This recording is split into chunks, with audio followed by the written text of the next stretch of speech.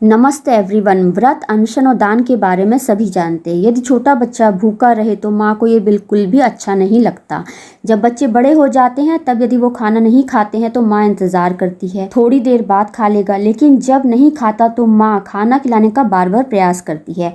Message is this, आपका कोई अपना हो या पराया, यदि भूखा रहे तो कुछ देर बाद हम पर ही असर होता है और हम उसे खाना खाने के लिए आग्रह करते हैं और मनाते हैं। उसी प्रकार जब व्रत रखा जाता है तो आप अपनी भूख और प्यास पर नियंत्रण रखते हैं। कुछ व्रत में पानी भी नहीं पिया जाता, कुछ व्रत में नमक नहीं खाते, कुछ व्रत में सेंधा नमक नहीं खाते। सत्यनारायण की कथा में और रुद्राभिषेक और किसी अन्य प्रकार की जब पूजा कराई जाती है तो पूजा के पहले व्रत रखा जाता है, पूजा के बाद प्रसाद और भोजन ग्रहण किया जाता है। पितर पक्ष में भी ये होता है कि जल और तिल अर्पण करके कुछ खाएं। जिस दिन जिसका दिन होता है उस दिन बिना प्याज लहसुन का सात्विक भोजन बनाते हैं और अग्नि में अर्पण करके कुछ लोग पंडित को खिलाते हैं।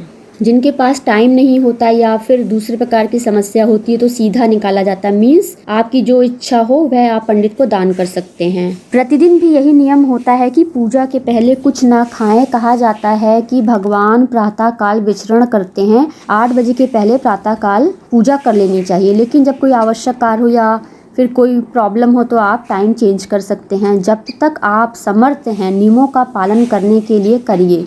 जब शरीर ही साथ नहीं देगा तब कुछ शॉर्टकट्स अपना सकते हैं, फॉलो कर सकते हैं। भगवान अंतर्यामी है, जानता है सब। व्रत हम अपनी मनोकामना पूरी कराने के लिए ईश्वर से प्रार्थना करते हैं।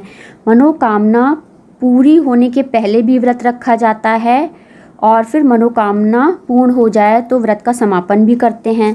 डायरेक्टली और इनडायरेक्टली हम ईश्वर की उपासना करते हैं और नियमों का पालन करने का अभ्यास करते हैं। ईश्वर भी जब देखता है कि हमारा बच्चा सद्भावना के साथ व्रत और पूजा कर रहा है तो वह हमारी मनोकामना पूर्ण करते हैं। हमारी मनोकामना क्या होती है? जस्ट थिंक, अच्छे नंबर आ जाएं, टॉप करें, अच्छी जॉब लग जाए, भाई बहन की शादी हो जाए, एक अच्छा पति और घर मिल जाए, माँ बाप दोस्तों का स्वास्थ्य अच्छा रहे। Whatever you desire you pray for that. कभी आपने ईश्वर को प्राप्त करने की मनोकामना की है कि भगवान आप हमें मिल जाएं? ऐसा कहा जाता है कि ईश्वर कई रूपों में हमारे सामने आता है। आज जो दुनिया है, मुझे लगता है कि अच्छे और बुरे का जो रेशियो और जो अनुपात है गड़बड़ हो गया है। 50:50, 80:20, 90:10। तो देयर इज़ अ इम्बैलेंस। बुराई दिन पर दिन बढ़ती जा रही है। बुराई को कम करने के लिए लोग आंदोलन करते हैं, अनशन करते हैं। अनशन मीन्स भूख हड़ताल करते हैं, अपनी बात को सामने रखते हैं। इतिहास में ऐसे बहुत से लोग हैं जिन्होंने अनशन रखा है। अनशन के प्रभाव से अच्छे लोग उनकी बात मानते हैं, उनको फॉलो करते हैं। लेकिन सोचिए, व्रत और अनशन की एक सीमा होती है, 1 दिन 2 दिन कई दिन। धीरे धीरे शरीर क्षीण होने लगता है, ग्लूकोज की कमी हो जाती है। फिर घर वाले या आंदोलन वाले आपको हॉस्पिटल में एडमिट कराते हैं। ब्लड टेस्ट होता है, WBC RBC काउंट की जाती है, ब्लड प्रेशर नापा जाता है, ग्लूकोज चढ़ाया जाता है, फिर आप ठीक हो जाते हैं। हो सकता है आप ठीक ना भी हों। उसी प्रकार यदि जीवन है तो कितनी भी बाधाएं आ जाए मृत्यु नहीं आएगी।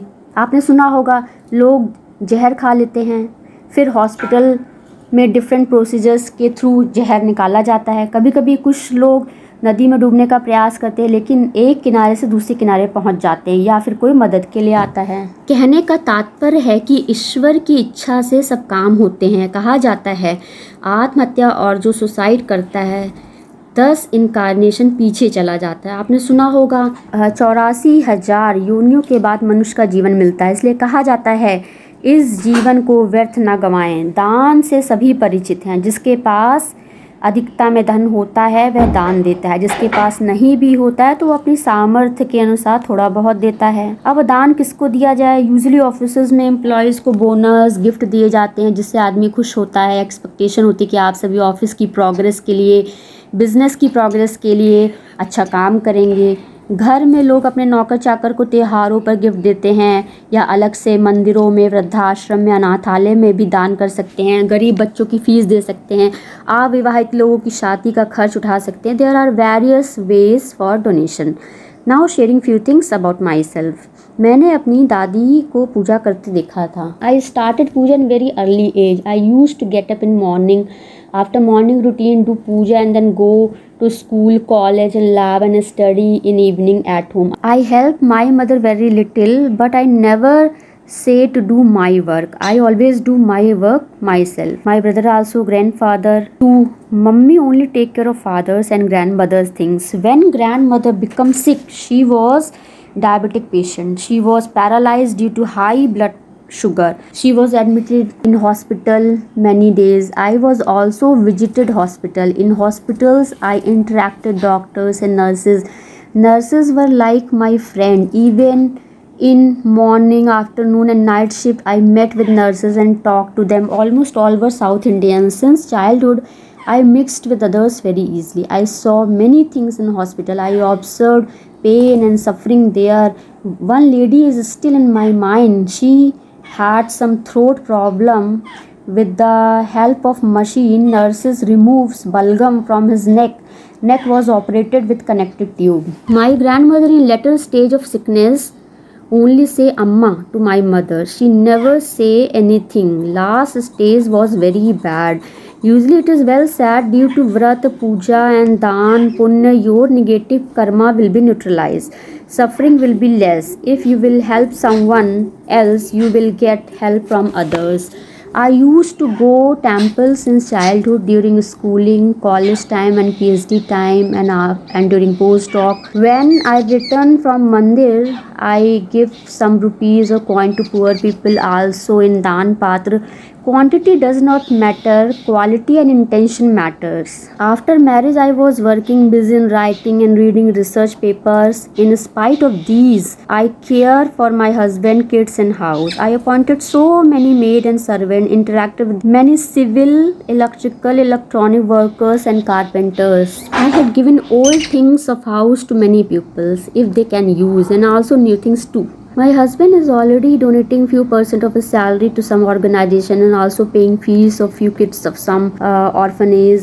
In 2010, I have started spiritual activities and was doing practicing healing technique. I thought in evening or morning for few hours I will do healing session for few patients and will conduct meditation. I visited door to door in apartments to spread about pranic healing and talk to pupils and forwarded messages for attending meditation. Beside this, I have collected old clothes from my neighbors and friends and also of own house and went to poor peoples that are staying along road called Jhopadpatti. As I stopped my car and called to someone to receive, कोई आया और packet लेके भाग गया. What are you observed? They don't have manner, discipline, not value of anything. They like only money. झोपड़पट्टी में रहते हुए भी they have very costly mobiles. They like only entertainment. I designed my own visiting card, but after this I didn't do next time. I thought it should be well planned with many people and should be in queue for distribution. I am very much concerned with person who are on road injured, having no food and in dirty clothes. I saw one very small tent on wet surface. Tent height was like height of a small kid. At that time I realized I need to do something, but I need fund for that. If you have any organization or ashram, you can keep them for ilaj, food. After recovery they can go. To take someone responsibility is big thing. How long you can do, truly speaking. I don't like to say someone to donate me or my organization for such kind of work. Usually लोगों के पास time नहीं होता ये सब करने का, तो वो डोनेट करते हैं और organization work on that. Person can do in own way to overcome misuse of money. परिवार में क्या होता है, सास अपनी बहू को खाते नहीं देख सकती और बहू अपनी सास को बैठे नहीं देख सकती. नंद भौजाई बहन का आपस का प्रॉब्लम होता है. अपने पति और बच्चों को दूसरे की बीवी और माँ ज़्यादा अच्छी लगती है, सास को दूसरे की बहू. सिमिलरली फॉर फीमेल्स आल्सो, उन्हें भी दूसरों के बच्चे, दूसरे के हस्बैंड ज़्यादा अच्छे लगते हैं. आज की जनरेशन अपनी प्रीवियस जनरेशन का ख्याल नहीं कर पाती और आने वाली जनरेशन के लिए कोई प्लानिंग नहीं होती. इसलिए कहते हैं जॉइंट अकाउंट होना चाहिए, प्रॉपर्टी अपने नाम से लेनी चाहिए. एक परिवार, उसके साथ जुड़े परिवारों के बीच में क्या क्या होता है, no need to discuss too much. घर घर की कहानी. अपने कर्तव्यों का पालन ठीक प्रकार से करें, यही सबसे बड़ा धर्म और पूजा है. Donation can be a hobby, you can help other peoples by various means. ऐसा कहा जाता है कि आपके दान पुण्य के अनुसार ही आपकी मृत्यु के बाद आपको नरक और स्वर्ग मिलता है। अतिथि भगवान के समान होता है, आपकी पत्नी लक्ष्मी समान होती है, उसका निरादर मत करिए। किसी को अच्छी भावना से चाय पिलाइए, खाना खिलाइए, आश्रम मंदिरों में दूध और अन्न दान कीजिए। यही जीवन का सबसे उत्तम लक्ष्य है। और जो कुछ भी करिए, अच्छा और बुरा, अपने भगवान को अर्पण करिए। He will take care of everything. Thank you so much everyone.